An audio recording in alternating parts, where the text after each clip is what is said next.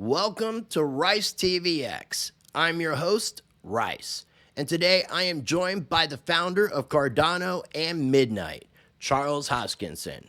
He has been on the show before, so I will be including links down below in the video description and the pinned comment. I encourage you to check that one out. But today we're going to be learning all about the Midnight Network, which is a fourth generation blockchain that is built for rational privacy.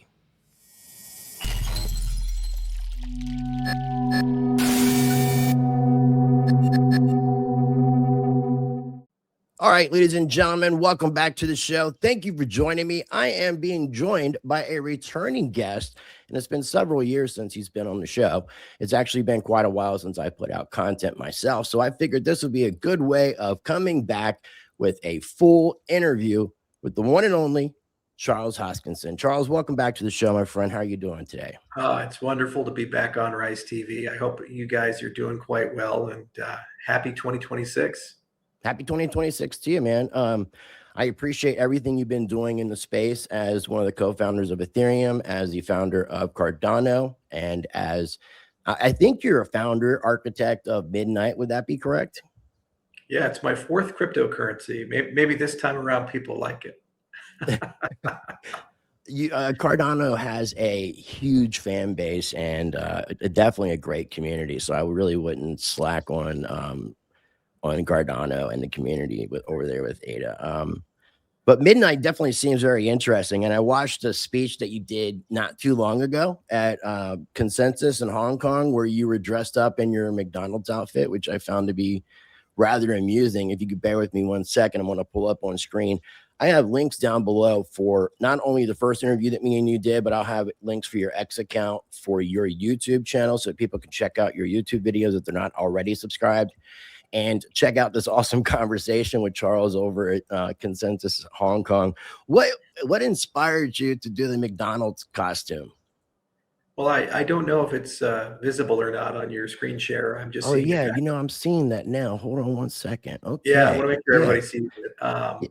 Hold on. Let me take that back because I see exactly what's there we go. on. Yeah, that's the mixed speech right there. Yeah, right. You had it. So here's the X account that I thought I was screen sharing, but I wasn't screen sharing. Here's Charles Hoskinson's YouTube channel that you should subscribe to if you're not already subscribed.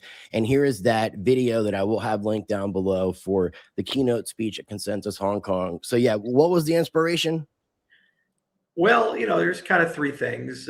First and foremost, it's an acknowledgement that everybody's having a hard time right now. And kind of the canonical meme is Wojak wearing the McDonald's uniform, going working at McDonald's because the crypto investments failed. So I wanted to connect and commiserate with people and say, I understand where you're coming from and I feel your pain. It's a tough time, for everybody. The second thing was that I wanted to kind of mix things up a little bit and have a presentation that was a little bit more lighthearted. And hopefully that was achieved. The third thing is a $40 Hong Kong tailor McDonald's uniform gets a lot of virality these days. The mixed speech was shared over 3 million times. So that's a pretty good ROI when you talk about guerrilla marketing. And I was trying to show the team, I'm like, guys, you don't have to spend a lot of money to create a message and get people talking about something. And if you're going to be successful in 2026, you got to do more with less. So the mixed speech is an example of doing more with less. A lot of people said, you got to see Charles in the McDonald's uniform. Well, what was it about? It was the Triangle Man speech. Okay, what the hell is that? Well, watch it. All these people are watching the speech now, and it's being spread around, and it's helping advertise Midnight and get people excited about it.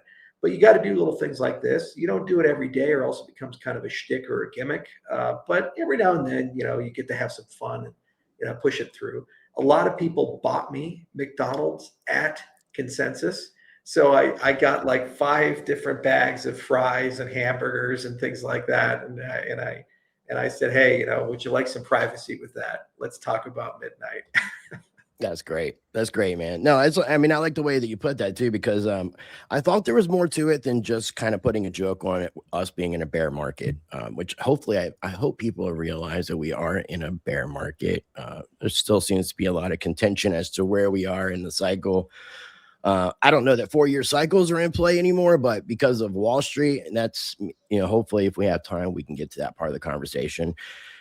With that video, and I don't usually recommend like a specific speech, but that Hong Kong speech, I think, does a really good job of trying to lay out, even though I'm going to ask you questions about Midnight, it does a really good job of laying out what Midnight was created for, which I found to be really interesting.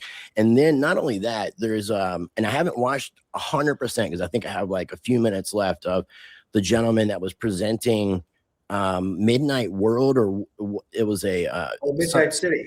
yeah, Midnight City, where it was a bunch of AI agents interacting with one another and doing microtransactions and such.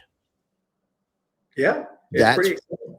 that's pretty wild. That's pretty wild. So I guess, and I'm gonna have links down below, obviously, for Midnight, the website, so people can check this out.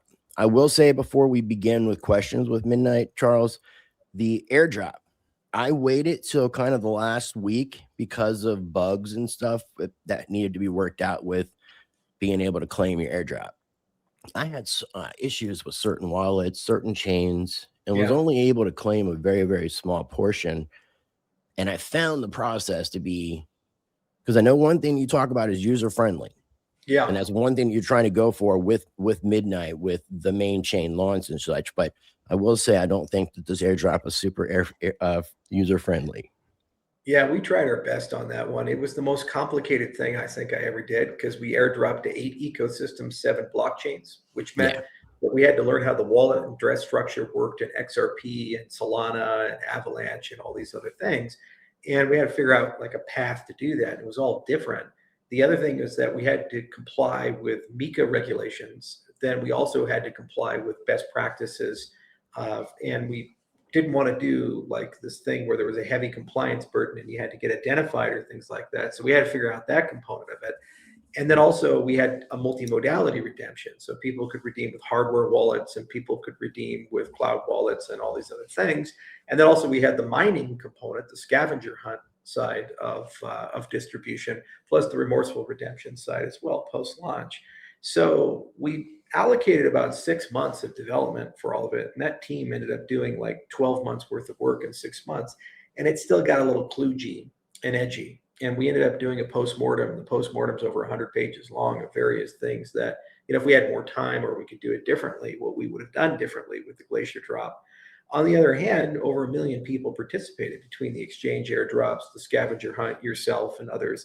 And that was a pretty good distribution, given that there was no ICO and there was no fan base or anything like that. The other side of it also is the launch when we got liquidity, it's on market. The market cap was higher than ZK Sync, Stark, Galileo, and Mina combined. And so that's a pretty good, for an airdrop. Normally they just go to zero right after it launches. And everybody dumps. We think that there's some magic to it, but the Glacier drop still needs some work to get ourselves out of that. And it's an experiment.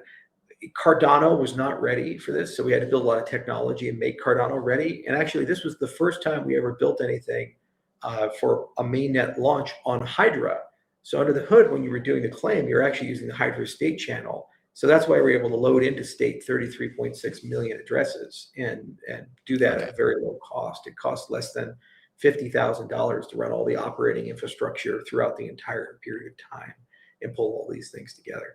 Now, Microsoft and Google, they made a lot of money with the airdrop because they did the scavenger hunt mining for a lot of people. People outsourced their mining to that. That's why there was this exponential rise in mining difficulty. We calculated that we think they were making between $1 to $2 million a day in mining fees. Wow. So this is how you build a strong relationship with Google Cloud and Microsoft Azure and these other working groups. You find a way to do this cloud stuff. So there was a lot of winners and losers in this, and it was a very complicated thing. And I wish there was a simpler way of doing it. Now that we have Midnight, I think we can do these types of things a lot simpler, especially with partners like ZKMe. And you can create a much easier redemption flow for a larger set of multi-chain. It's just the first time you ever do any of these things, it is what it is.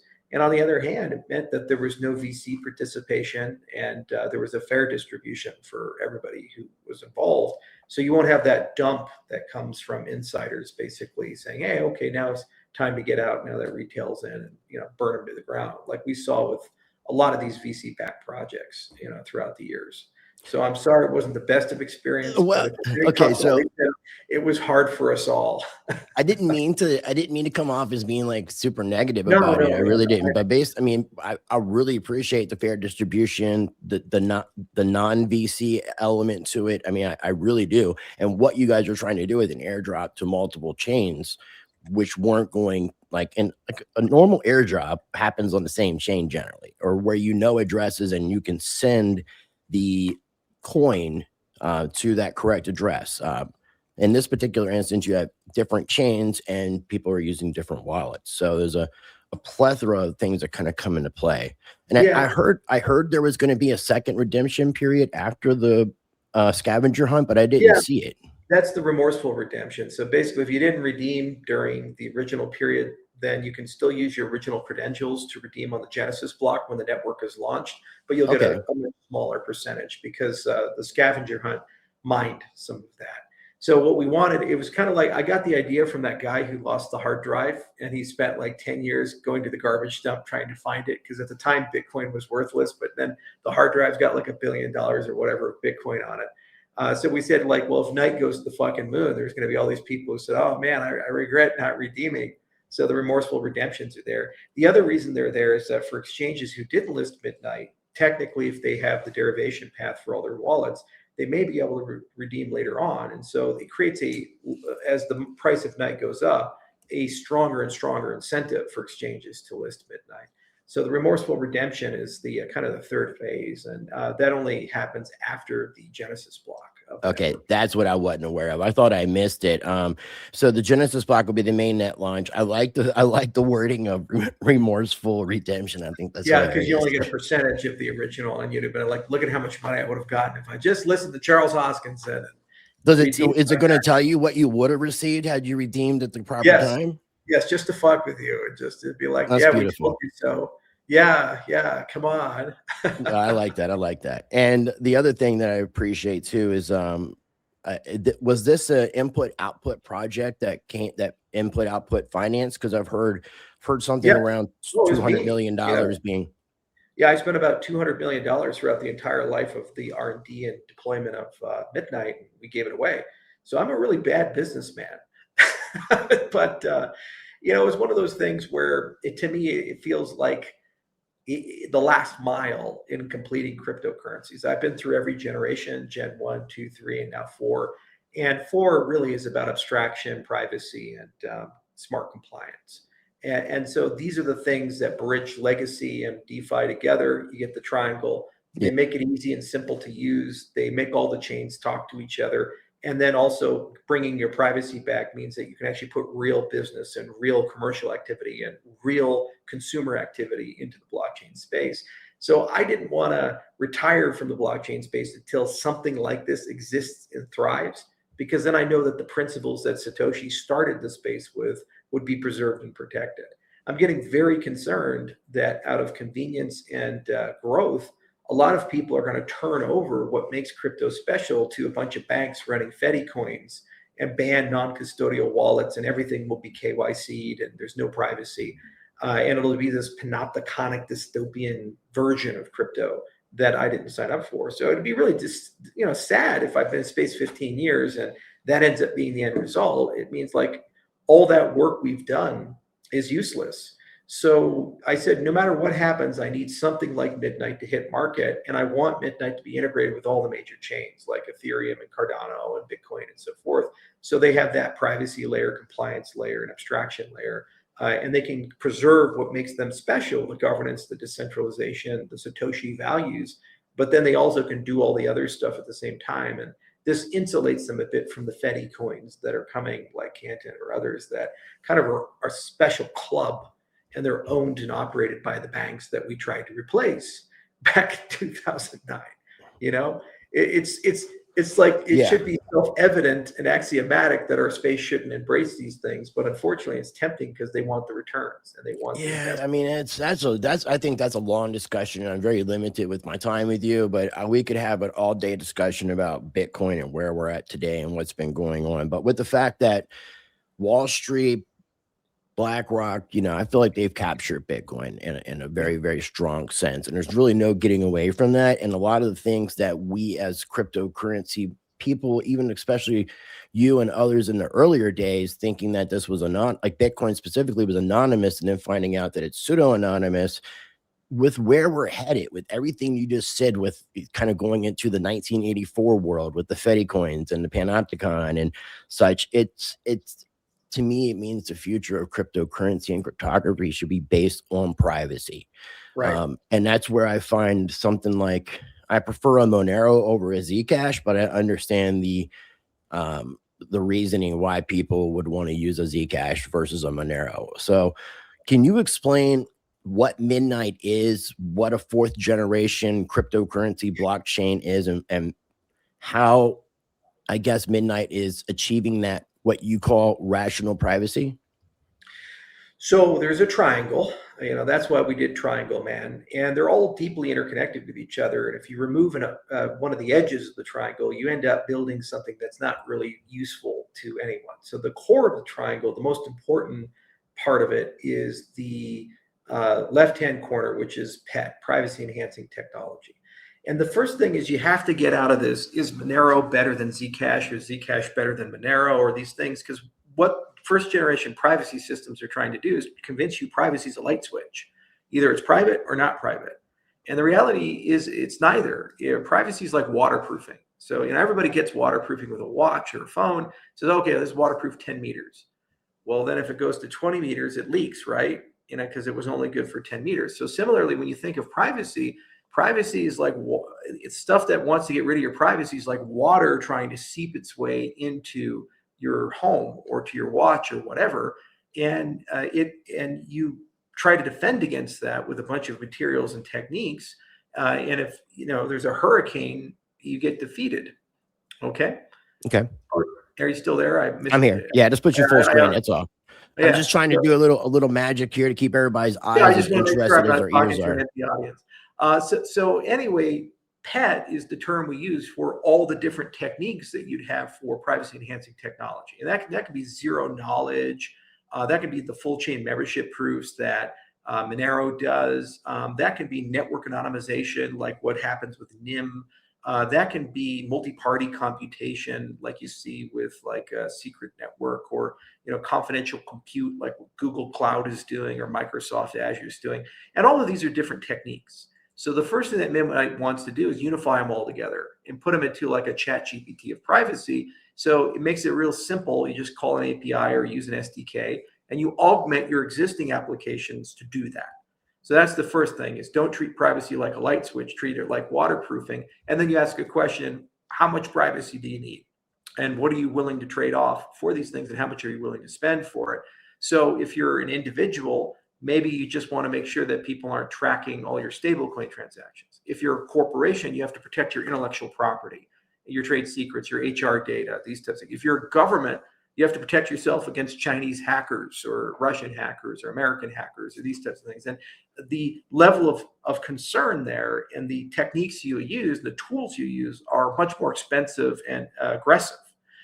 When you look at the other sides of the triangle, this is where it really comes together. So the next thing is there's a segregation of regulated commerce versus unregulated commerce. So we have about $10 trillion worth of real world assets that want to enter the cryptocurrency space, but they really can't effectively right now because of compliance reasons. The know your customer AML and all this other stuff.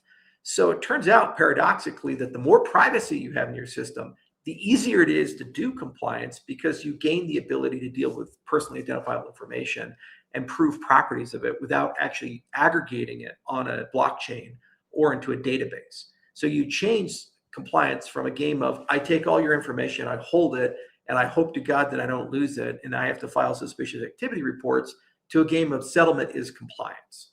So when I send you the transaction, all these zero knowledge proofs have to answer yes, no questions. And eventually, after I've answered enough of them, we can make a determination whether I can do business with you or not. Like, is this fund coming my way from a US citizen? Yes or no? Are they a accredited investor? Is this pre or post tax money? Blah, blah, blah. You go down. Yes, yes, no, no, yes, yes, no, whatever. And once you get enough yeses, boom, it settles.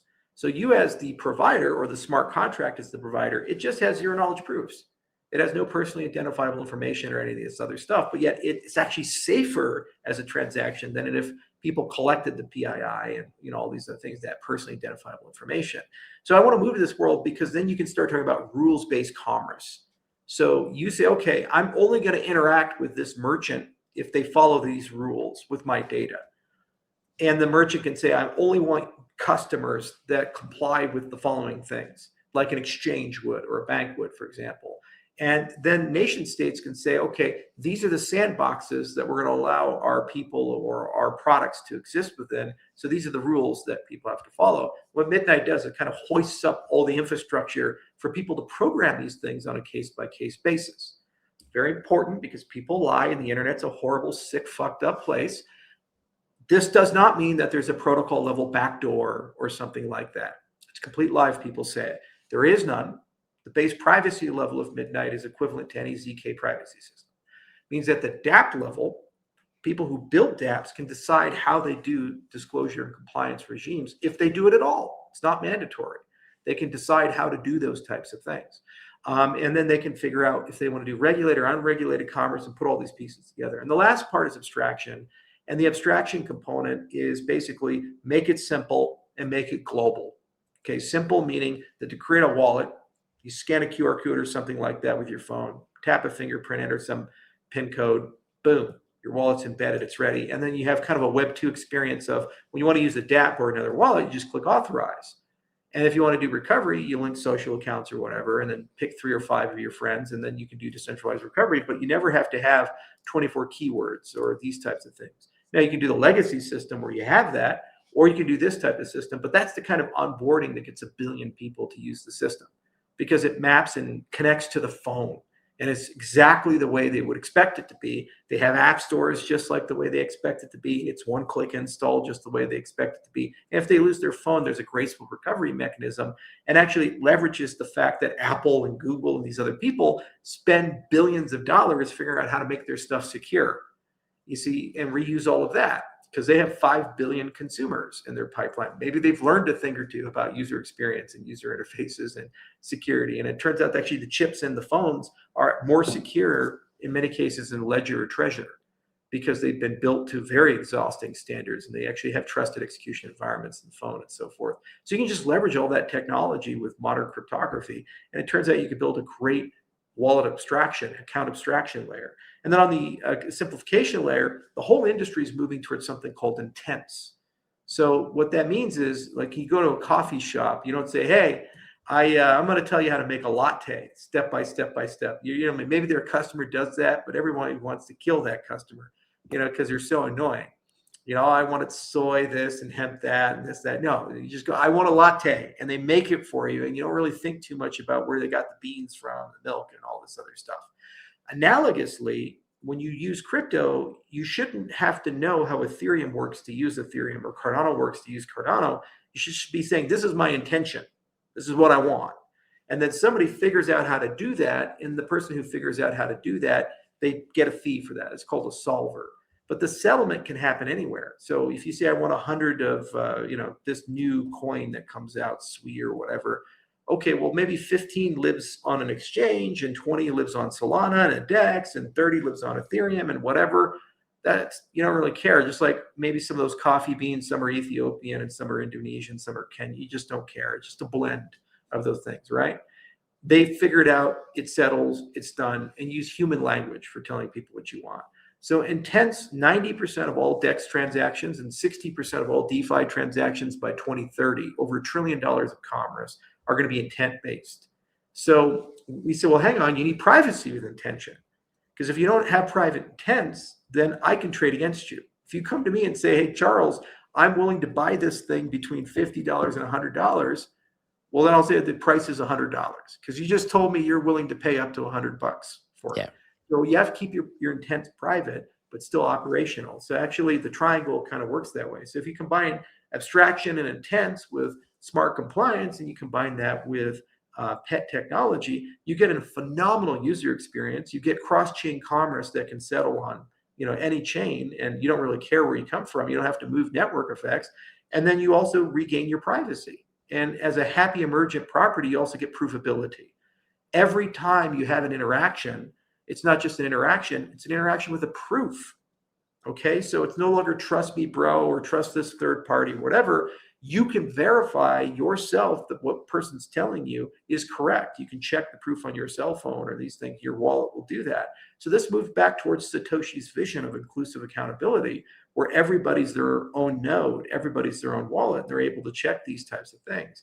So it turns out all these technological miracles have to happen, and all these standards have to be written and other things for this to work properly. And the good news is it happened. They were built, the wallet abstraction stuff and the intent-based stuff and all these. There's tons of Ethereum standards for it. Confidential compute. 75% of all AI workloads by 2029 will be done in confidential compute clusters on NVIDIA and AMD chips and these other things. So people have invested hundreds of billions to build this stuff, and it's getting done. And when you look at across our industry, we've really developed out all those zero knowledge technologies. And so now we can holistically think about how do you deliver a simple user experience where the user's in control, they set the rules, and then ultimately they can decide how much waterproofing they want against the evil privacy demons, and they can say, hey, I want a lot, in which case they pay a lot, that takes a lot of time. Or they say, I'm comfortable with the standard. And the standard is, at the very least, nobody knows I'm using it. And when you take a look at the traffic on the chain, no outside user can determine anything. It's just encrypted noise, for these things. And ultimately, it depends on what type of business you're doing. If you're doing like multinational trade finance deals with big regulated companies, you're not thinking about how do I make that anonymous. You're thinking about how do I make that safe and predictable. Whereas if you're an individual, let's say you're a refugee, living in a camp somewhere, you don't want anybody to know you've just been paid foreign aid, because then all these roving gangs are going to show up and attack you and steal your money. So you need total anonymity in that transaction. You want to keep that safe and secret. So a network should be able to do both modalities if it's useful, and it has to do it for everyone everywhere. So I don't care if it's a stable coin like USDCX or it's Ether or it's ADA. We need that system to operate for all those different chains. No, all that sounds very, very interesting. So are all transactions private by default, and then you can discretionally reveal what information you choose to reveal? Is that how I'm understanding it? Yeah, that's the idea. And we actually have public and private ledgers. So you can choose if you want to be the public set or the private set, but they're private by default because we are a zero knowledge system. So that's the nice part about it. And you can clearly separate the bounds of a public system, a private system. So in many ways, Midnight is a superset of what Monero and Zcash are trying to do. There's a mode where you can operate that way, but then there's this other much more elegant programmability, because now we have smart contracts and they don't, that you can build into that. And on a DApp by DApp basis, you can kind of define what that user experience is. And what's really cool is it means that Midnight becomes very accessible to everybody. We have partners like NIM, for example, and these are like OGs, cypherpunk, very privacy oriented people. For 20 years, they've lived there. We've talked to people like Signal and others that's their world. But in the same breath, we talked to regulated financial institutions, like a very large custodian came to us in the cryptocurrency world, and I won't reveal their name, but they're one of our partners. And they said, a lot of our customers are deeply uncomfortable that every time we change the custodial balances on chain, that somebody's watching that and they're trading against it or announcing, and they're saying, hey, so-and-so is moving their money. Are they bullish in crypto or bearish in crypto? Our customers deserve privacy. But the problem is everything's on chain. So, how do we hide that? We said, well, why don't we build like a privacy preserving system for that? Well, it's a highly regulated actor.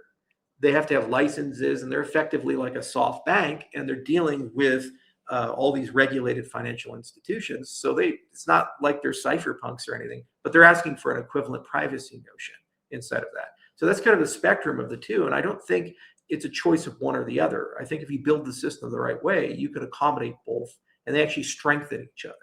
Because all those cypherpunks are at the very boundary of privacy enhancing technologies. They understand how to keep them secure under the most adversarial conditions. And the other side, they are using those technologies at scale. We've been trying very hard to get encrypted email. Phil Zimmerman pushed out PGP in 1991. And there were all these benefits if it was done correctly, including a password-free internet, which would have significantly less fraud, waste, and abuse, but nobody adopted it. So you can't just think about PET from a strictly cypherpunk lens because nobody will ever adopt it. You have to figure out how do you bring PET to the mainstream, these privacy enhancing technologies. And that's the balance that we're seeking with Midnight. And what's cool is we get to stand on the shoulders of giants. We learned a lot from Zcash. And we learned a lot from the Monero community. And we learned a lot from all these other communities floating around. They built a lot of really good technology. Like Zcash created Halo 2, and they tested ZK at scale. And there was a lot of good lessons about what to do and what not to do. And we were able to incorporate those lessons and pull them in. And analogously, we've also learned an enormous amount from Microsoft. There's technology from Microsoft Research and Stanford and other places that we're pulling into the stack that they've written all these beautiful papers like Neo and Latticefold and so forth about kind of the future of this technology. And we say, hey, let's try to find a way to blend that, pull it in. And then we've also learned a lot from Bitcoin, and where that exists on the public side and all the techniques that people have. So it's been a fun thing because Midnight is a blending of technologies. It's got technologies from 10 or 15 different ecosystems and in different structures. And every one of them brings something to the table. And we tried not to fall in love with any one of them. We try to blend them all together. When I was originally thinking about it, I was kind of thinking about like a Zcash with smart contract, private smart contract options. Is just simple, just to kind of simplify everything that you said, which I still don't think really does it justice. But the reason I say it like that is because Zcash as a privacy coin, being that it has the option, I guess, to reveal, if I understand that technology, because I'm not a big Zcash holder or even not understanding the technology, but I believe they have like a revealing option that allows you to reveal details, but otherwise it's private. Or I believe the shielded transactions, the word that they use. Yeah. Okay. So, but somehow Zcash is able to still be listed on exchanges. Whereas Monero, which is anonymous by default, that doesn't give you any option for reveal unless I guess you show somebody your wallet. Then I guess you're revealing something or sharing that information. But Monero has been delisted from exchanges. And I think some of the exchanges are having problems with coins that have been tampered with, like via mixers or shufflers. And so you have stuff like Litecoin has the side chain with the Mimblewimble side chain, which allows for that fungibility. But I don't think the exchanges will accept the Mimblewimble Litecoin because they know that it's been ran through basically like a shuffler mixer kind of thing. Right. So that's where I was kind of comparing Midnight to Zcash because I think it's going to have success with the exchanges with that idea.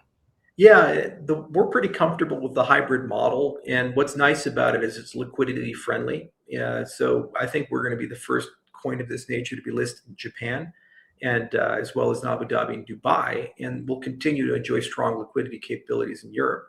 We got through Mika and these other things. And that's important because people want to own the system. But then at the same time, you can't compromise on privacy. You can't have a protocol level backdoor or these other things. It would just defeat the entire purpose of everything. And I'm deeply distrustful of governments in general for a variety of reasons. And even if you like your current government, what happens when the government changes and new people come in? Those people can horrifically abuse the system.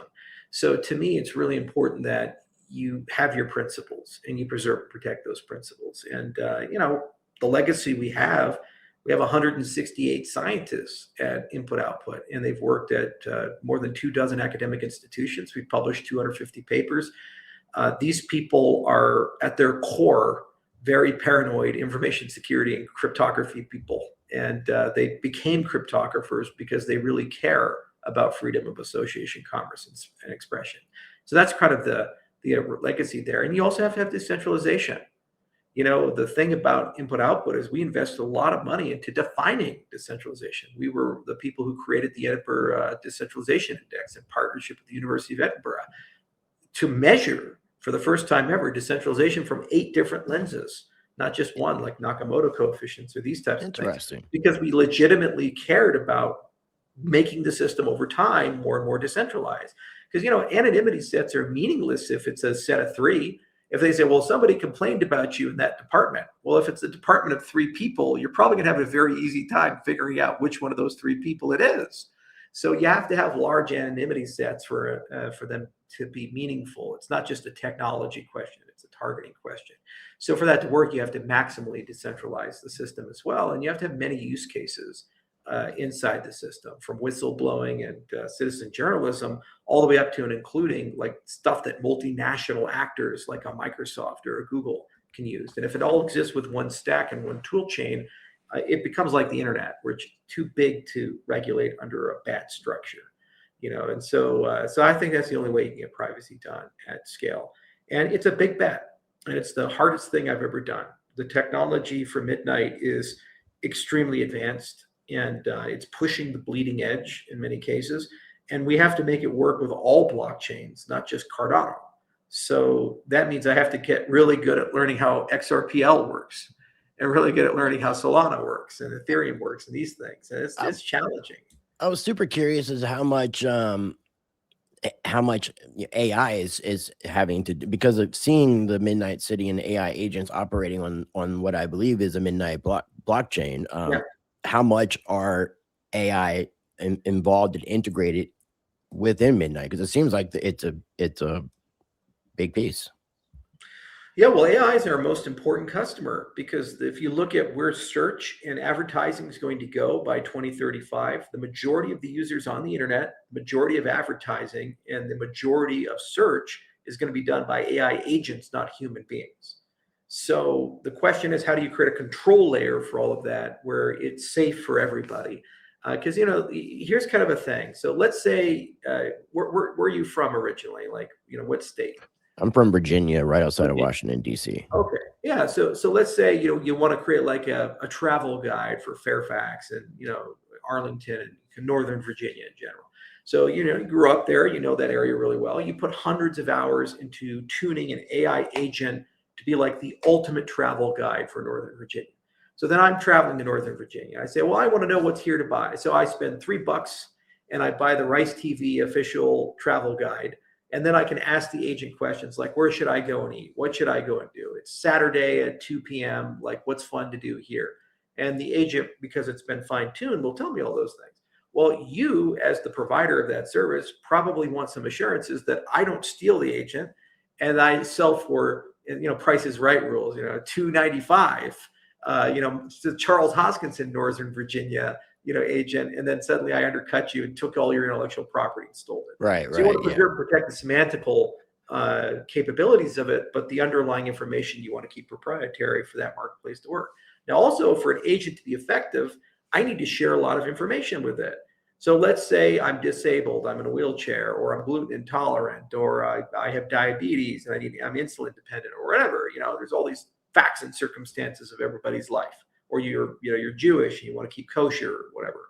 Well, maybe you don't want to reveal all that information to some random bot over the internet, then that bot gets that information for the rest of time, and then somebody has it and can sell it on demand.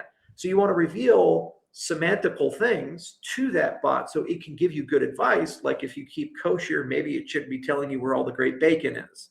It's useless advice. Or if you're picking a hotel and you're disabled, it's not going to tell you, hey, it's a place without an elevator and you have to go up 3 flights of stairs. It's not going to tell you to do those things because it already knows that that's off balance, right? So there's got to be a ebb and flow for agentic commerce. So a big part of where we think Midnight needs to go is to use that smart compliance and use privacy enhancing technologies where you can set those rules. It can know you. You can have an easy to use identity inside the system. But then when you share in a way where the other side doesn't actually get the underlying information. And they don't know Charles Hoskinson or this guy has these properties. They just know this user has these requirements, and it doesn't go into a repository or database. It's the only way to do agentic commerce. Because both sides are adversarial right now, and you have to clean that up. As far as the discretionary reveal, the only person that could do that would be the user, correct?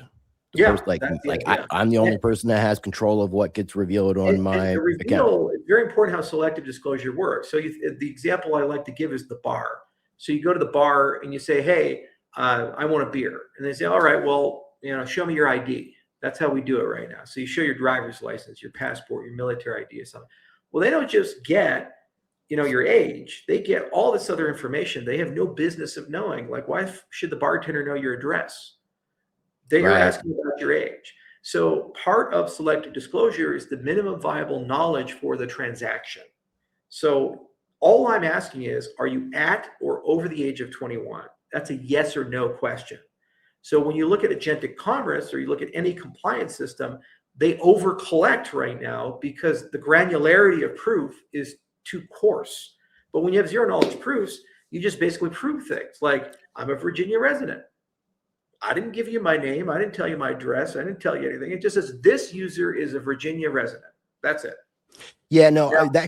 I was thinking when you were telling me all this and I was listening, I was thinking about Civic that came out back in like 2018, something like that, where they were trying to work with digital ID with the same idea. And I like the bar reference you used, but I like it more for the safety aspect. Let's just say you're going to a convenience store and you've got some questionable person behind the register and you have an attractive female or an attractive individual to that person that's behind the register, and they're purchasing cigarettes or alcohol. Same thing, like as you said at the bar. But the difference is now that guy has that person he's attracted to's address, which adds a completely different level of safety. So as much as I'm kind of against a centralized government-based digital ID, I like the idea of a decentralized digital ID system.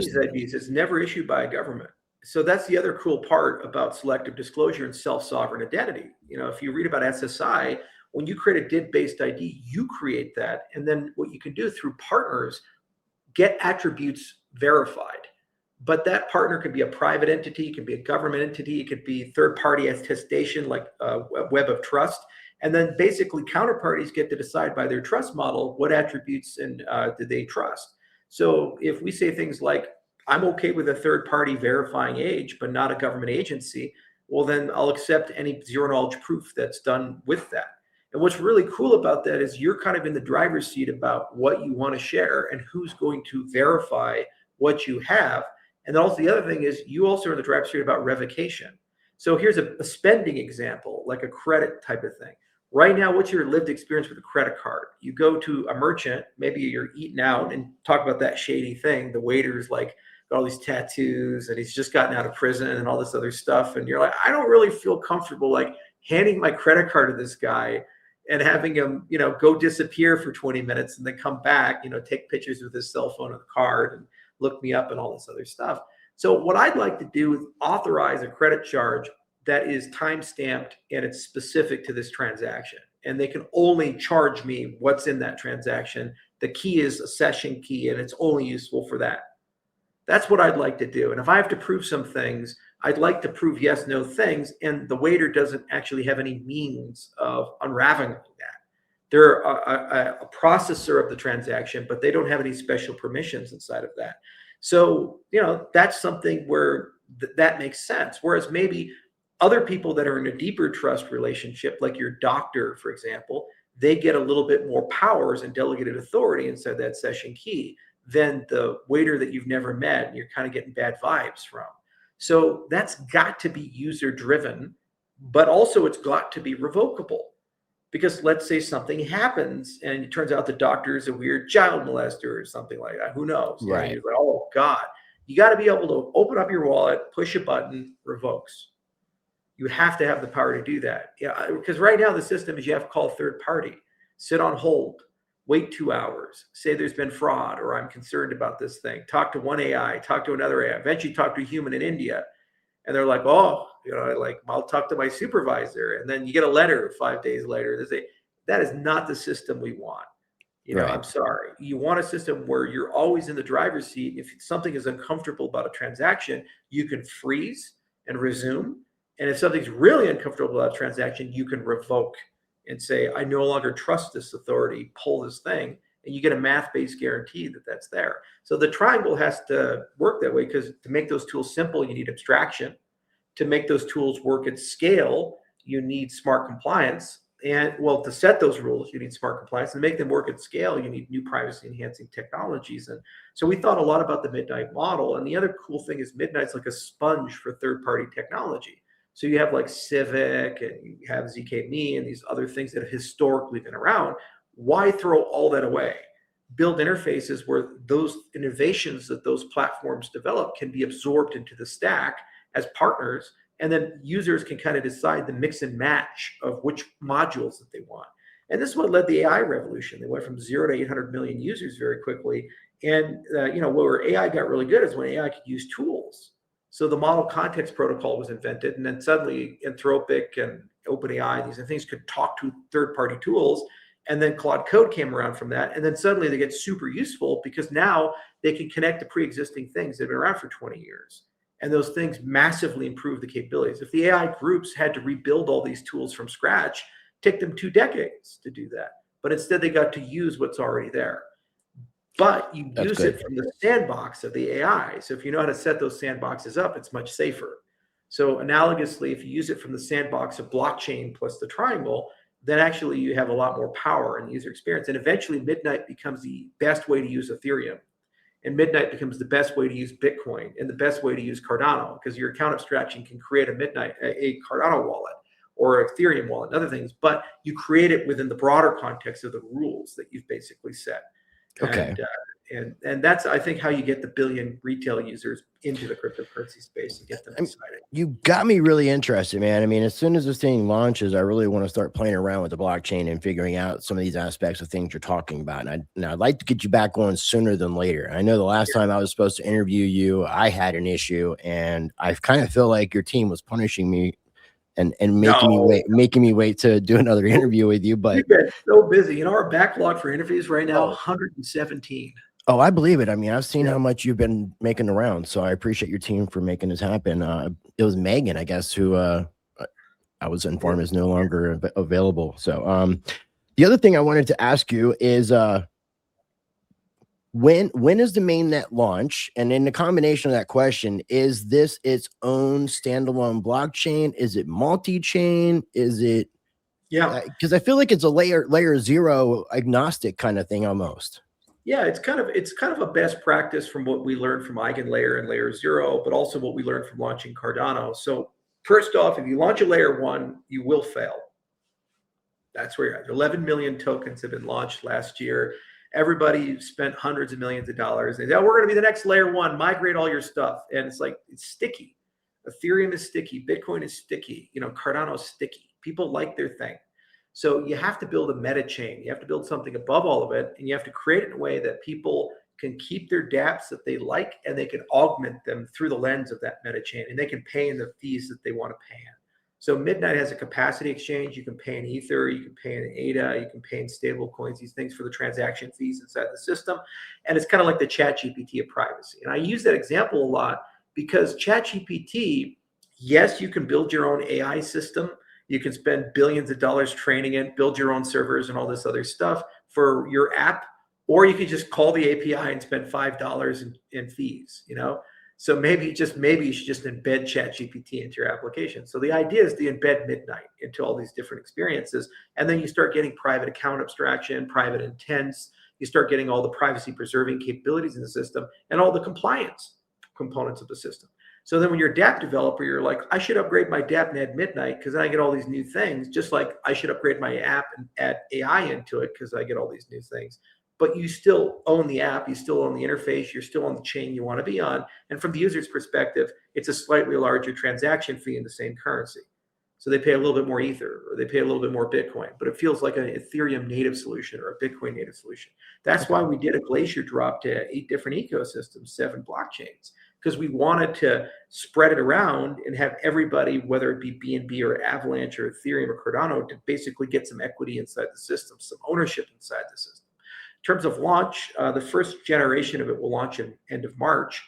And there we're kind of, for the first time ever, turning on the Zcash with smart contracts paradigm. So we're really heavily focused in that lower left-hand corner of the triangle, the pet side, and getting that to work at scale. And we have a lot of partners we're launching with. Like, it's a federated network to start, and then we'll do very similar to Cardano, what we did with the incentivized testnet to kind of bring this out into a fully decentralized system. But right now, the node operators are Google and Blockdaemon, and Telegram is one, and MoneyGram, which is twice the size of Western Union. They're operating the network. So it's already pretty decentralized because you have these giant companies that are doing this because they're really interested in the underlying technology, and they see how this can really augment and enhance their model. And then the Cardano stake pool operators can gradually figure out how to run it in the next phase of the network, and then becomes decentralized just like Cardano did. So that's kind of the big differentiator between us and the Fed. You can start with large operators, but you have to have a path to full decentralization. And because we have like a year worth of building from all these different hackathons we've done and dApps and partnerships, and they want to turn on and they want to start offering services. So what you'll see in March is kind of the first generation of it. And then every few months, it rapidly evolves and upgrades, and we turn on all these new features and we cover gradually the entire triangle. And we get that abstraction turned on and we get the smart compliance turned on. But unlike Cardano, there's not going to be this long cycle, like 10 years. It's rather something that's months to a year as opposed to 10 years for a lot of the major features. And then we know we've done it right when Midnight kind of fades into the backdrop. And you don't really feel like you're using Midnight. It's actually just an extension that becomes a component within your dApp. And the end users, it just suddenly gets something. It's kind of like when people embed like perfect forward secrecy or end-to-end encryption or these other things, the end user typically doesn't see it. Maybe they see like a green check mark or a lockbox or something, but then suddenly you have all this new cryptography that's been put into your system. That's really what we've been pushing for. So if you're a developer, go to midnight.network, check it out, join the Discord. Or you want to be an ambassador and talk about these types of things. And if you already have a dApp, go talk Midnight Foundation. They're creating a dedicated group of people to do nothing but help upgrade these dApps. The first ecosystem we're going to target really aggressively is Cardano, because obviously that's where we came from. But also there's all these Cardano dApps, and they're looking for competitive differentiators. And you can't really in this space win by being slightly better, faster, and cheaper if there's a network effect you're working against, because nobody's going to migrate. So you need to bring something new to the table. You have to go from MapQuest to Google Maps on the iPhone. You have to have a new experience for this type of thing. So we think that could be a great showcase of what a privacy preserving prediction market or stable coin or DEX or these things can be. And then our hope is to then bring those lessons into the larger ecosystems and kind of get those dApps and DeFi upgraded. But we've been balls to the wall. Token launched in December, and first version of the mainnet comes out in March. It's kind of fun to run it with Google, and it's interesting. Yeah, no, those are like small relationships. It's a little different from the 2017 Cardano days when it was me and a few other guys. Things have gotten a lot bigger, but it's been great to have a lot of wonderful collaborations and partnerships along the way. And Midnight's grown by leaps and bounds. Well, I mean, it sounds like with what you put together, I mean, I can understand how you guys are able to, in theory, scale a lot quicker and faster than previously. The Night and Dust tokens, Night is supposed to be a governance, Dust is gas. Yeah, so this is how you actually get liquidity without sacrificing the privacy coin elements of it. So Night is on the Cardano network's Cardano native asset. It's kind of the governance and the operational token of the system. It's deflationary like Bitcoin and Cardano, so it's fixed supply. And that's what the Glacier drop was. And then Night generates Dust, and Dust is the fuel and resource of the system. And that's private by default and lives on the Midnight ledger. And so there's a dual tokenomics. And so then you have capacity exchange that sits behind Dust. And then you either can spend your Dust or you can delegate it to somebody else. And then people can come in and get it for Ether or get it for Bitcoin or these other things. And then those transaction fees go to stake rewards and eventually Night holders and so forth. So it's a very ingenious tokenomics, the dual tokenomics.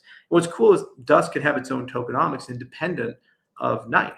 And what's nice about that is it's never meant to be listed on an exchange. So you never answer that liquidity question on the Dust side. Right. And it could be inflationary or deflationary. And so the goal there is predictable pricing.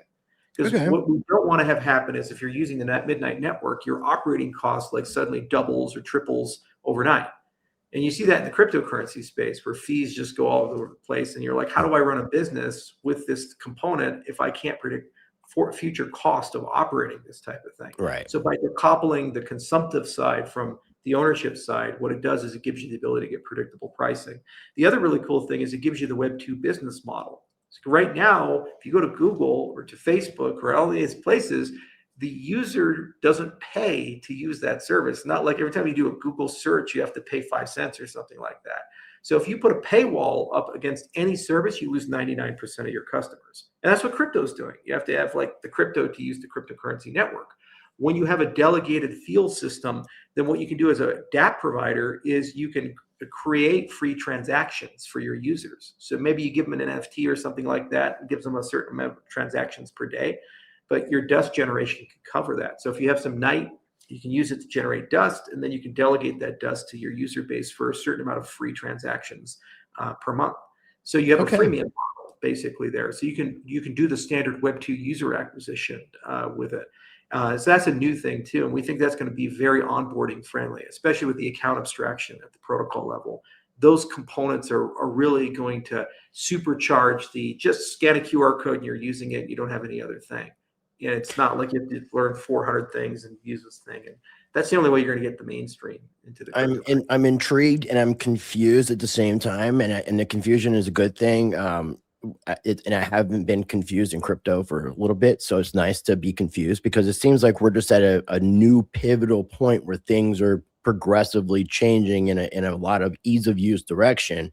But it's something that I would have to play with myself to be able to understand it. And the other thing I wanted to mention too is if you're saying Night is a Cardano native asset, then that means that nobody has to worry about a token swap or anything like that for the redemption that took place, right? Yep. So no token swap. Does this get rid of wrapped coins? To a certain extent, you always have them when you're using bridging infrastructure, but the bridging infrastructure is starting to become trustless. So that's like a pretty much resolved problem. And Cardano is integrating layer 0 amongst other stuff. And so that kind of solves it.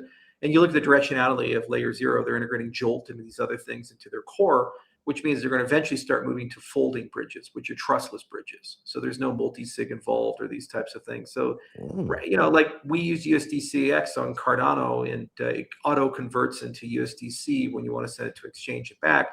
Technically speaking, I guess it's a wrapped asset, but the entire supply is controlled by Circle, and your trust model is already Circle. So, it's basically the same thing. The advantage we have is it's more private. You can't freeze it. So that's compatible with the Cardano ethos that we have with things. So Midnight was the first CNA to get listed on major exchanges, and we were real proud of that. And so with all this bridge infrastructure and everything, people shouldn't have to worry about it. And Night generates dust. Dust is what you use to operate the system. The capacity exchange with dust accepts other cryptocurrencies. So they actually use Midnight practice. The transactions are going to come from many different blockchains, and they're going to use native currencies of those blockchains like Sol or Ether or these things. Because again, we want to hide the Midnight network. You don't want it to be like, God, I have to know all this stuff about Midnight and I have to understand the tokenomics and all this other stuff. It's more like, what's the transaction fee and who pays? That's it. And very cool idea. Figures that out. Like I said, I'd like to get you back on in another couple months and do a follow-up with where we are with Midnight, talk about Cardano and other things if we can. So again, I really appreciate your time. I'm going to have links down below for the Midnight website, which I encourage people to check out. And on Midnight.network, there's the tokenomics paper. It was the most downloaded tokenomics paper of 2025. And it talks about the distribution of Night, but also talks about that dual tokenomics as well. So highly recommend you share that link. And which one were you saying? Let me see here. Let me zoom out my screen a little bit more. So there's a tokenomics paper. It used to be on the front page. Let's see here. I mean, it could be down. I didn't know if it was under Night. Night has a tokenomics section. Let's scroll down a little. Yeah, tokenomics. There we go. Yeah, so this right here. Yeah, the paper used to be on the front page. I guess they changed it. Scroll down a little bit. Let's see if there's a download link for the paper. I'm looking. I don't see it. All good. Yeah, all good. Oh, yeah, white papers. Click on that. White papers. Under insights. Scroll down a little bit. There we go. The Midnight. The light paper? No, up. Up. This one. There you go. This one right here. Yay! Woo. We did it, Charles. Together, teamwork. Yeah, go ahead like that. That was on the front page originally when we were doing the Glacier drop. I guess they pulled it off. But yeah, that paper right there explains the dual tokenomics model, and the light paper also does to a certain extent. The one right beneath it. So I highly recommend if people want to know more about it, read both those. It was a lot of fun writing them, and we had a lively debate about how to design this. There was a ton of academic research that went into it. I appreciate the scientific research and the scientific papers. It's really cool to see all that in the cryptocurrency space. I'm going to have links down below for this information for the Midnight website. I also have the Cardano information as well. And if you guys want to check out and follow Charles Hoskinson over on the X, I'll have a link for that as well as his YouTube account. And I definitely 100% encourage you to make sure you're checking out this keynote speech from Hong Kong Consensus from the Triangle Man himself. Charles, you have any final thoughts before we wrap things up, my friend? You know what? Don't lose the faith. I know how hard it is. I've been in the space for a long time, been through a lot of ups and downs, and this one is particularly stinging. And a lot of people are starting to get a little hopeless, and they think that the best days of crypto are behind. But the reality is, it's not. We're just getting started. The vast majority of people in the world do not hold cryptocurrencies. The vast majority of businesses and governments have not integrated cryptocurrencies yet. So why would you say the party's over when the technology is just getting started? And things like Midnight are an example of that, bridging that last mile. The reason why the big guys and the little guys haven't fully gotten into crypto is they don't trust it, and they don't feel like it's safe, and it's too hard to use. Well, what smart compliance and abstraction and PET is about is you decide the rules, you own your identity, you own your account, and then you basically, through a collection of permissions and policies and other things, decide how to interact with the rest of the space. So we know we've done our job right is if Midnight is the safest and best way to have a Bitcoin wallet, and Midnight's safest, best way to have an Ethereum wallet, or these types of things, then that says, okay, we've made forward progress. And then when people feel it's safe to use, they'll trust it. And that's what's going to get billions of consumers in, billions of businesses in, and governments in. And when you look at that, that's a $100 trillion market. Okay, so that's 50 times greater than we ever got, our highest marks in 2021. So I believe our best days are ahead of us, but we got to get a new narrative, and we gotta push the space forward. And it can't be yet another token and yet a meme coin, and it can't be Trump's going to bail us out, and U.S. government's going to pump our backs or something like that. No one is coming to save us in cryptocurrency. We got to save ourselves. We got to build this ourselves. And if we got to get retail back, you only get retail back by giving them something new and different, and giving them control over the experience, because they've been burned badly over the last 10 years. And we have to acknowledge and accept that if we want to rebuild credibility. So to all the listeners, just know the cavalry's coming. Things like Midnight are different. No Ponzonomics, no VC participation. Is something new and different. We just gave it away. Works with everybody everywhere. That's the goal. And the hope is to bring back that joy and simplicity, and also make Satoshi's vision work at scale. Nice. And get that to actually work for everybody. So I hope to get as many Bitcoin users as I do Ethereum users, as I do Cardano users. And, ultimately, I hope to just keep moving the flag forward. You said Ponzinomics? Ponzonomics. I find that to be excellent. And I've always thought about this with crypto, to end this with this, is when people are using crypto and don't realize they're using crypto at that ease of use, that's when we're really going to get the adoption. The way that things are now, I mean, I know it's a lot better than 10 years ago, and I know it's a lot better than 5 years ago, but it's still complicated. And people like to ride their bikes with training wheels for whatever reason. So unfortunately, that's the case. Charles, again, I hope to have you back on sooner than later. Ladies and gentlemen, check out the links down below. I do appreciate you for tuning in. Make sure you smash that like button. Make sure you're subscribed. And as always, I encourage you to be the change you want to see in this world. Question everything.